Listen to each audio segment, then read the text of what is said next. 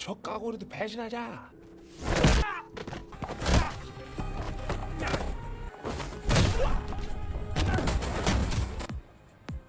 태주이가 사람은 그래도 호떡 먹어 내.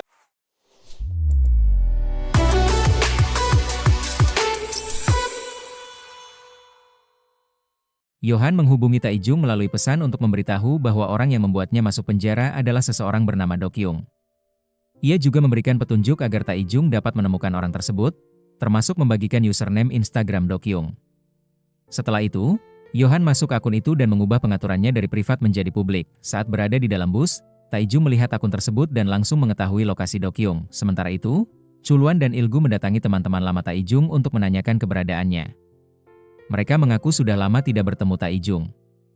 Meski pernah mencoba menjenguknya di penjara, Taijung menolak bertemu. Mereka juga merasa aneh karena polisi menanyakan tentang Taijung, sebab menurut mereka Taijung bukan penjahat. Chuluan hanya menegaskan bahwa mereka menjalankan prosedur sesuai aturan. Dari situ, ia menyadari bahwa Taijung memiliki teman-teman yang setia dan percaya padanya. Tak lama kemudian, Chuluan mendapat telepon dari Taijung. Dalam percakapan itu, Taijung memberi isyarat bahwa ia akan membawa pelaku sebenarnya ke hadapan polisi. Ilgu yang mendengar suara itu segera menyimpulkan bahwa Taijung berada di Busan. Ia dan Chuluan langsung berangkat ke sana dan meminta bantuan polisi setempat. Namun, Taijung sebenarnya sudah memperhatikan mereka dari kejauhan dan sengaja memperlihatkan keberadaannya sebelum akhirnya pergi dengan motornya. Cerita kemudian beralih kepada karakter baru bernama Sanghan, yang terlihat memukuli seorang pria yang pernah menipunya. Meski pria itu memohon ampun, Sanghan tidak menghentikan pukulannya. 저 까고리도 배신하자. Di sisi lain, Dokyung tiba dari luar negeri tanpa sepengetahuan ayahnya. Ia dan Sanghan masuk ke sebuah ruangan, minum bersama, dan membicarakan masalah uang serta narkoba baru yang sedang diuji coba. Dokyung kemudian meminta Sanghan menyiapkan kapal mewah untuk pesta besar yang akan mereka adakan malam itu. Di tempat lain, Yongsik merasa gelisah karena Taijung tidak menjawab telepon sejak pagi. Ia mulai berspekulasi bahwa Taijung mungkin kabur karena tekanan biaya sewa atau sudah ditangkap polisi. Yunbi mengajaknya memastikan langsung.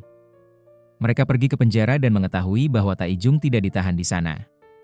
Karena Yongsik pernah meminjamkan ponsel kepada Taijung, mereka meminta bantuan petugas untuk melacak lokasinya. Pelacakan menunjukkan bahwa ponsel itu berada di Busan. Pada saat yang sama, Ilguk memberitahu Chuluan bahwa ia berhasil melacak dua ponsel, salah satunya milik Yongsik, dan keduanya juga berada di Busan. Ia yakin bahwa mereka akan segera menemukan Taijung. Chuluan teringat percakapan terakhirnya dengan Taijung dan menyadari bahwa pemuda itu sedang mengejar orang yang sebenarnya bertanggung jawab atas kasusnya. Ia kemudian memeriksa catatan mengenai nomor loker dan kata sandi yang diyakini berkaitan dengan kasus tersebut. Adegan berpindah ke Yohan yang menghadiri upacara peringatan untuk orang tuanya bersama keluarga besar. Paman dan bibinya berusaha menenangkannya sambil membicarakan pembagian saham perusahaan. Setelah semua keluarga pergi, pengasuhnya mendekat. Pengasuh itu mengaku tidak berani keluar lebih awal karena keluarga Yohan tidak menyukainya. Ia juga menyinggung bahwa keluarga itu kembali menunjukkan sikap simpati seperti yang mereka lakukan setiap tahun, sementara Yohan merasa pamannya seolah berpura-pura peduli. Yohan sempat mengajak pengasuhnya makan, tetapi pengasuh menolak karena memiliki urusan lain setelah melihat seorang wanita di kejauhan. Yohan pun pergi sendirian. Setelah itu terungkap bahwa wanita yang bekerja untuk Yohan sebenarnya bersekongkol dengan pengasuhnya. Keduanya merencanakan pembantaian terhadap seluruh keluarga Yeon.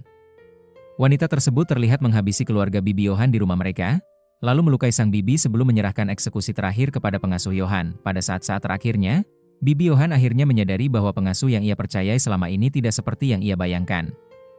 Ia bahkan menyinggung rahasia besar tentang asal-usul Yohan serta latar belakang keluarga sang pengasuh. Mendengar hal itu, pengasuh yang merasa bibi Yohan selama ini berusaha merebut perusahaan yang seharusnya menjadi milik Yohan pun kehilangan kendali. Dalam amarahnya, ia menusuk bibi Yohan.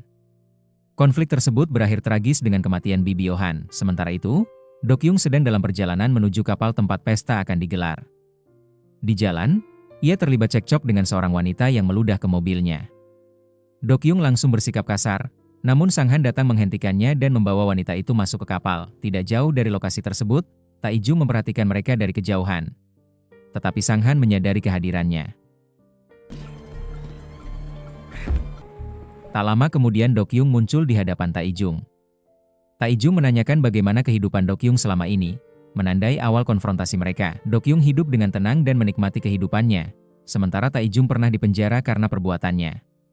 Taijung menyinggung nama Chunayung, wanita yang dibunuh oleh Dokyung, dan bertanya apakah Dokyung mengetahui siapa orang itu. Dokyung menegaskan bahwa ia tidak merasa bersalah dan tidak perlu meminta maaf. Percakapan itu sengaja dipancing oleh Taijung karena ia sedang merekam seluruh pembicaraan. Saat itu Sanghan datang bersama anak buahnya. Dokyung mengatakan bahwa ia tidak membutuhkan Taijung dan memerintahkan orang-orangnya untuk menghabisinya. Mereka menyerang Taijung secara bersamaan. Taijung berhasil melawan dan mengalahkan sebagian besar dari mereka. Namun ketika Sanghan sendiri turun tangan, Taijung tidak mampu menandinginya dan terluka parah. Sementara itu, Yohan yang sedang bersiap pergi menanyakan kepada pengasuhnya tentang apa yang sebenarnya terjadi pada keluarganya. Pengasuh menjelaskan bahwa rumah keluarganya pernah terbakar dan tidak ada seorang pun yang selamat. Ketika Yohan bertanya apakah ada yang berhasil hidup, pengasuh menegaskan bahwa semuanya telah tiada. Tidak lama kemudian Dokyung menelpon Yohan dan memberitahu bahwa ia telah menangkap Taijung. Ia merasa heran bagaimana Taijung bisa mengetahui keberadaannya. Yohan mengatakan bahwa ia tidak tahu penyebabnya, tetapi ia ingin mengembalikan uang Dokyung. Dokyung meminta uang itu ditransfer ke rekening ayahnya, lalu bertanya apakah ia boleh menghabisi Taijung. Yohan menjawab bahwa hal itu terserah padanya. Setelah menutup telepon, Dokyung tampak kecewa karena situasi tersebut tidak memberi kesenangan yang ia harapkan. Menurutnya semuanya terasa membosankan. Di kapal, Taijung dikurung dalam sebuah ruangan dan berusaha melepaskan diri, namun usahanya tidak berhasil. Di sisi lain, Dokyung terlihat berbincang dengan para perempuan yang datang ke pesta. Ia menyebut bahwa ada anjing yang dikurung di suatu ruangan dan mengajak mereka melihatnya. Tetapi para perempuan lebih tertarik pada tas mewah yang ditawarkan, bukan pada apa yang Dokyung bicarakan. Di luar kapal, Yunbi dan Yongsik tiba untuk mencari Taijung. Mereka melihat polisi berada di area yang sama dan sadar bahwa kepolisian juga sedang memburu Taijung. Yongsik meminta Yunbi untuk memeriksa bagian dalam area pelabuhan, sementara ia sendiri mengecek kapal. Menyadari kehadiran polisi, Sanghan segera menghampiri mereka. Ilgu menunjukkan foto Taijung dan menjelaskan bahwa mereka sedang mencari orang tersebut. Sanghan mengatakan bahwa tidak ada siapapun di kapal, namun polisi tetap melakukan pemeriksaan. Ilguk sempat menelpon Dokyung untuk mengingatkannya agar tidak membuat masalah, tetapi Dokyung sudah lebih dulu membunuh para perempuan itu. Polisi berusaha masuk ke ruangan tempat kejadian, tetapi Sanghan menghalangi dan menegaskan bahwa tidak ada apa-apa di dalam. Pada saat yang sama, Dokyung segera melarikan diri setelah diberitahu oleh Sanghan tentang kedatangan polisi. Di dalam ruangan, Taijung terus berusaha melepaskan ikatan di tubuhnya. Tidak lama kemudian Dokyung memasuki area dok dan mendapati bahwa Taijung telah melarikan diri. Ternyata Taijung sudah berhasil bertemu Yongsik, dan keduanya berusaha pergi dari tempat tersebut. Namun Chuluan muncul dan memperingatkan mereka agar tidak bertindak gegabah, karena ia bisa saja menangkap Taijung saat itu juga. Ia menyinggung alasan mereka membantunya, tetapi Yongsik meminta agar hal itu tidak dibahas karena terlalu menyakitkan. Chuluan kemudian menyatakan bahwa ia ingin membantu Taijung dan memintanya untuk tidak melarikan diri lagi. Yongsik menjawab bahwa jika Chuluan benar ingin menolong, ia harus membiarkan mereka pergi. Ketegangan meningkat ketika Ilgu muncul untuk menangkap Taijung. Ia mengira telah menemukan targetnya, tetapi Yunbi datang mendadak dari belakang dan memukulnya dengan tabung pemadam. Mereka bertiga kemudian melarikan diri, sementara Chuluan mencoba mengejar.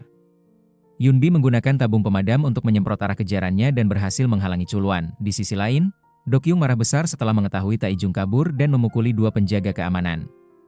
Sementara itu, Taijung, Yunbi, dan Yongsik berhasil meninggalkan area tersebut. Yunbi kemudian bertemu temannya di Busan, yang sempat menanyakan siapa pria yang bersamanya dan apakah pria itu ayahnya. Yunbi memilih menunda penjelasan. Taijung juga tiba di sana, dan mereka menyadari bahwa mobil yang digunakan mengalami kerusakan. Yongsik membawa mobil itu ke garasi untuk diperbaiki. Malam harinya, Taijung beristirahat di dalam rumah. Yunbi datang bersama temannya yang membawa obat-obatan. Temannya kembali bertanya siapa pria tersebut, tetapi Yunbi menahannya agar tidak bertanya lebih jauh. Yunbi duduk tidak jauh dari Taijung dan memperhatikannya. Ingatannya kembali kepada momen ketika Taijung menunjukkan perhatian kepada anak Hyunjung. Sejak saat itu, perasaannya kepada Taijung mulai tumbuh. Keesokan paginya, Taijung terbangun dan memeriksa rekaman suara berisi pengakuan Dokyung. Di tempat lain, Chuluan menelusuri loker yang berisi informasi mengenai Dokyung. Yunbi bersiap pergi memanggil Yongsik di garasi. Temannya bertanya apakah Yunbi menjalin hubungan dengan Taijung, tetapi Yunbi menjelaskan bahwa ia hanya membantu pria yang sedang dalam pelarian. Di garasi, Yongsik membeli makanan dan mengatakan bahwa makanan itu adalah kesukaan putrinya. Yunbi mendengarnya dan hendak pergi sebelum Yongsik menyadarinya. Yongsik bertanya alasan kedatangannya dan mengingatkan bahwa mobil yang rusak bisa sangat berbahaya. Ia menawarkan makanan tersebut dan meminta maaf karena membuat Yunbi merasa tidak nyaman. Yunbi menerimanya dan memakan makanan itu. Yongsik kemudian menanyakan kondisi Taijung dan mengatakan bahwa menurutnya Taijung sebenarnya orang baik yang hanya dijebak. 태중이가 사람은 그래 너 호떡 먹어 내. Pada saat yang sama, Dokyu melihat rekaman CCTV dan meluapkan amarahnya karena tidak mengetahui siapa yang membawa kabur Taijung. Sanghan menduga bahwa seseorang memang sengaja datang untuk menyelamatkan Taijung. Dokyung lalu menelpon Yohan dan menuduh bahwa Yohanlah yang memberitahu Taijung lokasi keberadaannya. Yohan hanya tertawa kecil dan menyimpulkan bahwa Taijung tampaknya memiliki orang-orang yang membantunya. 씨발 새끼가. Di sisi lain, Taijung berbicara dengan Yongsik dan menunjukkan foto Dokyung, menjelaskan bahwa pria itulah penyebab ia dipenjara. Yongsik bertanya apa yang ingin Taijung dapatkan darinya. Taijung mengaku hanya ingin mendengar permintaan maaf. Yongsik menenangkannya dan meyakinkan bahwa ia akan mendapatkannya. Tidak jauh dari situ, Yunbi diam-diam mendengar percakapan tersebut sambil membawa 2 cangkir kopi. Sementara itu Sanghan berbicara dengan Dokyung dan menjelaskan bahwa mereka kini berhadapan dengan seorang buronan yang kabur dari penjara, dan bahwa mereka harus membahas masalah pembayaran. Dokyung menenangkannya dengan mengatakan bahwa uang bukanlah masalah, yang ia inginkan hanyalah menangkap kembali Taijung. Sanghan lalu memperlihatkan kemampuan salah satu bawahannya yang ia persiapkan untuk menghadapi Taijung.